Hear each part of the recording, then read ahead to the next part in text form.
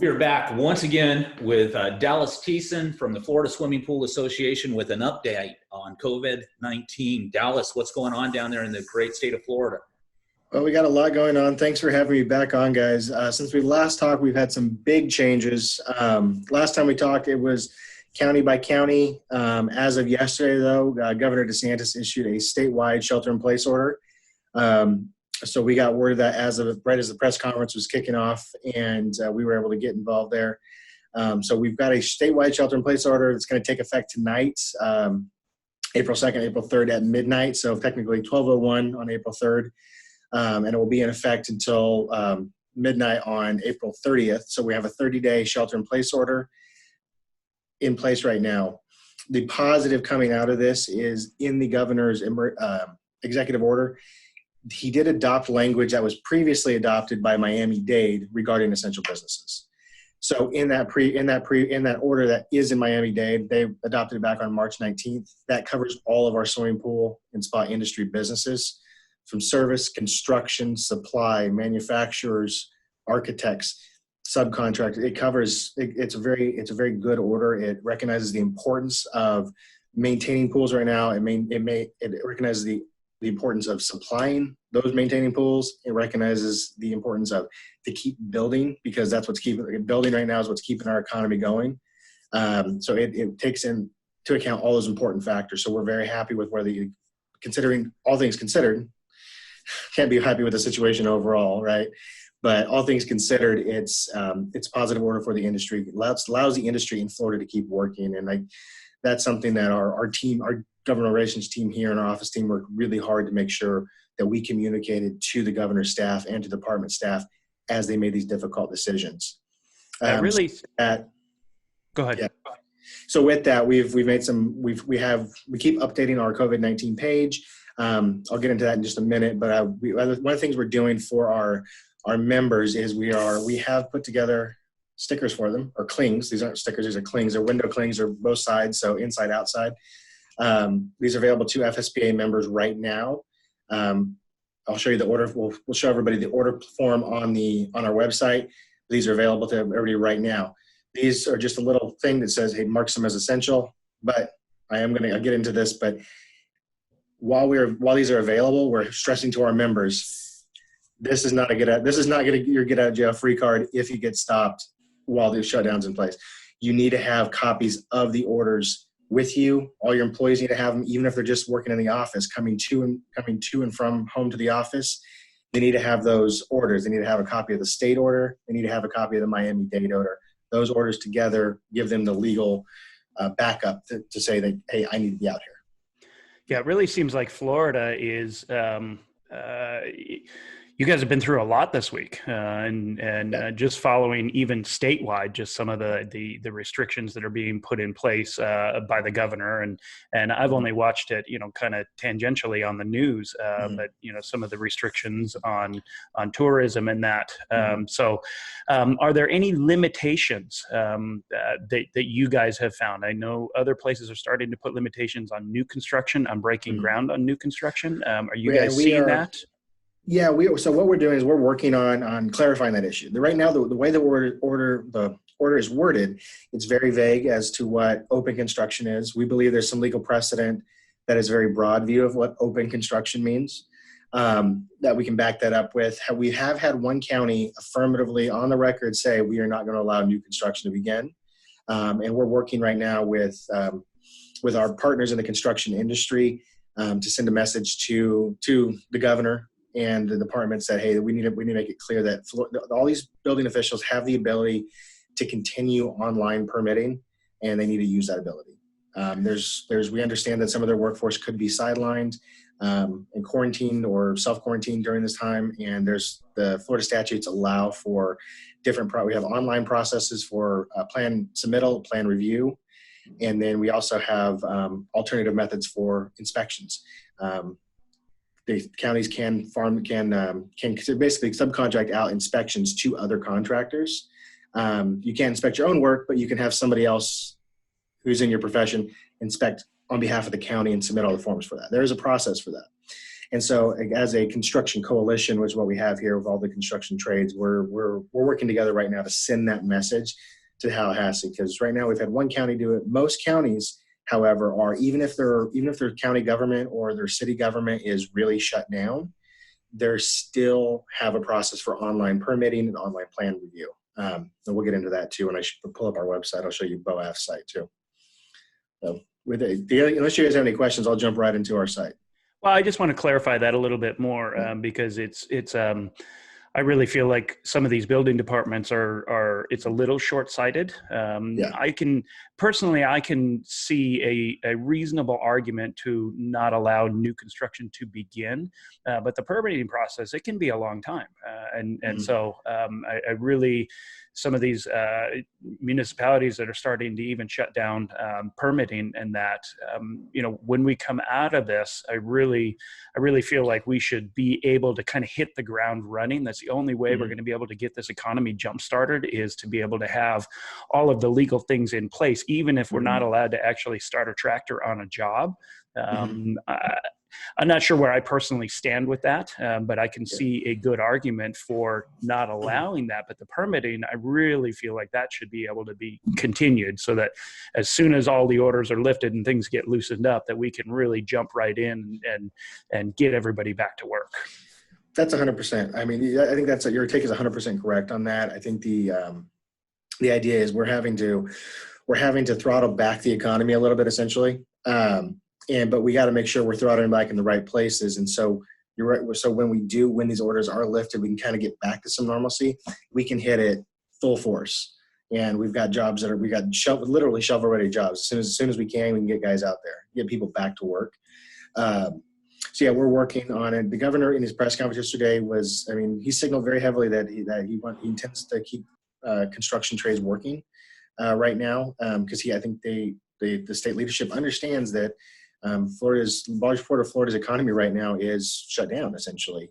This is the prime season for us, and that it's construction jobs that are going to keep the economy running as we weather the storm. So we're working with the state government on that proactively. And like I said, the majority of city and county building officials are still accepting plans online and still doing plan review completely electronically. The state mandated that a few years ago, that they had to have those processes in place. And so now we're actually seeing the benefit of that now, is that when we can't physically, even if their front doors are locked, they're still processing plans and permits. Dallas, I think we're in California, we're a little bit ahead of you on this curve, because we had more cases than Florida, so we still do. And Dave, I think we've seen an evolution where everybody did kind of stay at home initially, but I noticed this morning the trucks are back up and you could hear noise. Now, with that said, one of the things is everybody is really abiding by the rules. I mean, they've got literally masks in the stores, rubber gloves. The pool guys are wearing rubber gloves coming and going from gates. So I think we all need to act responsibly. And I'm starting to see, we haven't reached the peak, because I think we've done a good job in California, holding it down and obeying and actually implementing the things that we were supposed to be implementing. It's saving us a little bit. So I certainly, the one thing I wanted to get to is things are changing every day. You think you got a handle on it this moment, and tomorrow you get a whole new barrage of stuff. And that's where, the Florida Swimming Pool Association is going to be so critical in that marketplace, because you guys deal with a lot of the legislation and keeping all of, these associations together and fighting on behalf of the industry is what's allowing us the voices to be heard. So big on you. I mean, we appreciate, what you're doing, and we know kind of where you're headed, because we're about 5 days ahead of you, I think, 6 days ahead of you. Yeah, no, my parents still live out in California, so I'm getting the updates from out there as it goes. And I think that's one thing we're seeing too, especially in the industry. I can't speak for everybody in Florida, because I've seen some people in the members of the public egregious in some of the social distancing guidelines the CDC's been putting out. But our members, all of our members, we've been advising them, and they are following the CDC social distancing guidelines. They are taking the precautions they need to take as they continue to service their customers, to making sure that they're keeping that separation. They're using barrier protection on hands when they're touching gates and latches. They're communicating with their customers well. and letting their customers know, hey, this is what we're doing to help protect you and protect us. So we're very, very, very, very excited to see how our members are really engaging responsibly with their customers while continuing to provide top-notch service. I mean, that's something that just makes me proud to be part of the industry. Good job. Let's take a look at that website. Can you show us some of these resources? Yeah, let me pull that up here.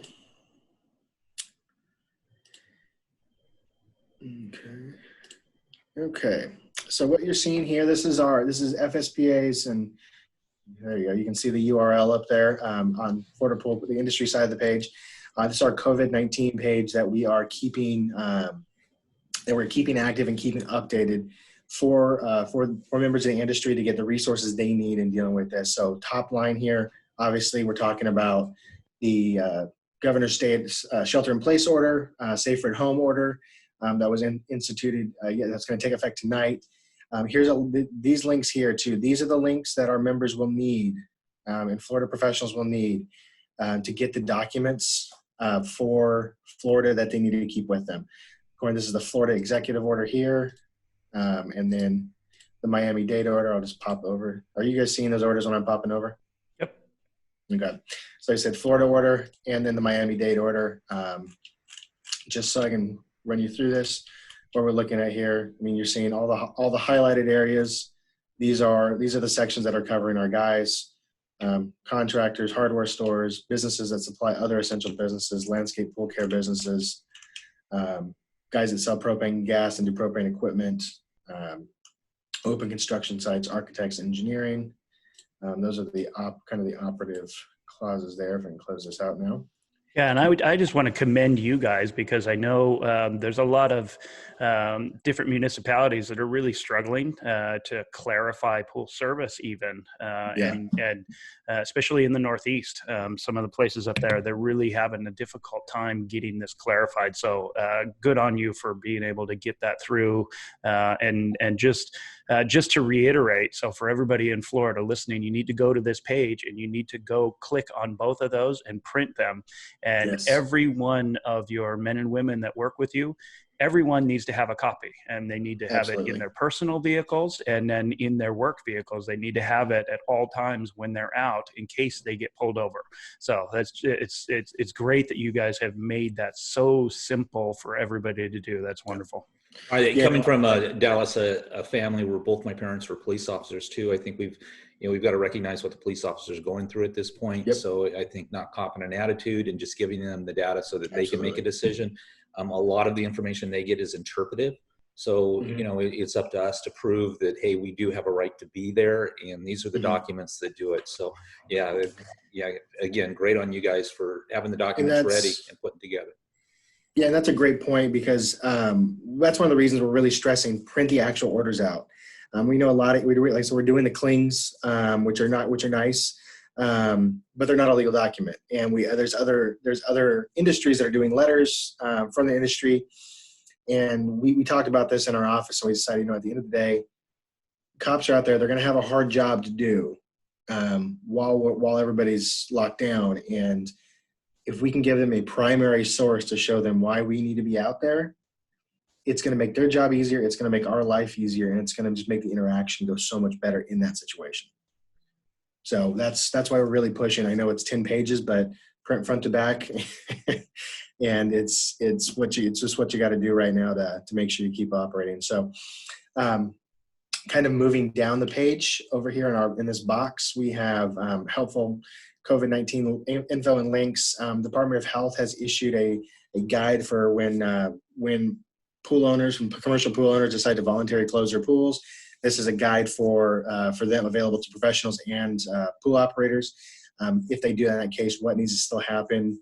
Specified inspections are still, chemicals still need to be tested, pools need to be maintained, and helpful links for building department operational changes. So this is what we're talking about with BOAF. This is the link you can check on the status of building departments. Oh, that just linked out to that. There we go. This is for BOAF. This gives them the can go county by county for counties that are reporting to BOAF, what their status is here. Like you can see Brevard County, the building code department. Their office is closed to the public, but they are online permitting as we go. So that's one of the things we're talking about. These building departments, for the most part, are taking advantage of the online resources we have to make sure that the work can still get done. Then moving over to the right side here, I've decided to keep my company open. What do you need to do now? So this is kind of just a step-by-step. Hey, as a business, we can operate. I'm going to choose to operate. Here's what I need to do to get to still operate. We also have our order button here for the essential decals. Again, the decals. If you're a Florida FSPA member, you get your decals here. We'll ship them out to you. We had our first batch of them went out in the mail today. So we had those. So we're working on that. Sorry about that, guys. And then we also have a page for, we have a link here for our members to be able to share information with homeowners and their clients, as well as updates from our partners from Pool Corp, Horner, and Florida Water Products. And the other big piece here too for our members, we have a video here, and this video is tips for how to keep your techs and your employees safe in the field. So this is just kind of a quick primer on best practices as your employees or you go about your business, servicing pools, building pools. And sorry about that. And so so this is a good resource page. We also have a sign up page. Even if you're not an FSPA member, you can sign up to get updates for COVID-19 right here. So when you come to this, I don't get the pop-up anymore when I open the page, but when you come to this page for the first time, it's going to give you a pop-up. It says, do you want to sign up for this COVID-19 specific email list? So we can make sure we get as much information as possible. Because one of the things that we're really trying to do, as you guys know, in situations like this, there is a lot of bad information out there. And part of our job, we feel like, is to make sure we have the right information out there and trying to combat the bad information. So for everybody in Florida, if you're in the swimming pool industry and you think you hear something about what's happening, and come check out our page. We try to put as much information on here as possible, and we make sure we vet the information before it goes on here. We don't like use this page to post rumors or conjecture. This is stuff we know and stuff that's actionable. So you guys have any questions on this page? If not, I'm going to take it down. No, I don't. I just want to commend you because this is that's just an amazing piece of work there. There's so much information in there. There's so much, that's a primer for the entire pool industry. Yeah, it's Florida specific, but boy, you can use that as a roadmap. Anybody can use that kind of as a roadmap of what everybody should be doing. So by far, that's the best I've seen. Our communications team here at FSPA is top notch. World class, and they have been excellent, even as I'm just going crazy here, collecting information, vetting it, and sending it to them. As fast as, and they're getting this website updated as fast as I'm getting the new information that I'm getting. So our communications team, our whole team here in this office, from our executive director Wendy to communications to administrative support, have just been phenomenal through this process, and it is. I think our members can be really proud of the work that's being done here. We're proud of it, and we're proud of our members for the way they're handling the situation too. So this is Dallas Teasons. He is with the Florida Swimming Pool Association. He is the government affairs liaison, takes care of all of Florida and that stuff. Dallas, can you give us the website here real quick, and a phone number where we can get a hold of you, maybe even email? Yes, it is floridapoolpro.biz for the business side, and floridapoolpro.com for the consumer side. Our office number is 941-952-9293. And if you're in Florida Pool Pro, you can email me directly, dallas@floridapoolpro.com, with any questions you have about this. I'll be more than happy to answer your questions. You don't have to be a member for COVID-19 information. We're giving that out right now because we want to make sure everybody in the industry is up to speed and operating at the best they can. Yeah, but I do want to say, if you're not a member, you really should consider it. I mean, the amount of work that you guys have put into this and just everything, how you've supported the industry. If you're in Florida and you're not a member, I would really, really encourage you to seriously consider it, because you can see what's going on behind the scenes and what these guys are doing to really keep you working. And in this environment, with unemployment approaching 30-35%, you can't. I can't commend you enough. I'm just so impressed. So thank you so much. Oh, thank you. Even from not being in Florida, I thank you for what you're doing for the industry. Thank you. We appreciate hearing that. And like I said, this right here, I think, talking to potential members. I mean, right now you're getting a kind of a preview of kind of a snapshot of one of the big benefits of FSPA for you guys is we deal with the state agencies, we deal with the government for you. And I think this is our time to really kind of give you a snapshot of what we do. And government affairs is just a small part of what we do, but you're getting a really good snapshot of how our government affairs operation works here. And I mean, I have a great government affairs team, and we have a great office team here. Fabulous job, Dallas. This is a roller coaster ride, ups and downs. Yeah, it is. And hold on tight, because I have a feeling we got a few more loop-de-loos to get through before we get out the other side of this thing. Absolutely, yeah, we are. We are expecting that some county level governments to completely kind of go dark in the next couple of weeks. No, there's no confirmation on that yet, and I don't get everybody worried. What we're working right now to make sure that that even as county operations really grind down, I don't think anything's going to come to a complete halt, but we're just going to make sure that the things that are going to keep the economy rolling are staying open and operating in a safe manner so we can continue. So we're working on that, and we'll keep everybody updated. Okay, Dallas, we look forward to an update as this roller coaster ride goes on. He is Dallas Thiessen from the Florida Swimming Pool Association. Dallas, always good to see you, and thanks for the update. Always good to see you guys. Thanks so much. Ask the Masters is dedicated to educating, mentoring, and designing a better workplace for the swimming pool industry and their families. Please take a moment to share, like, and review our content with all of those that would be interested.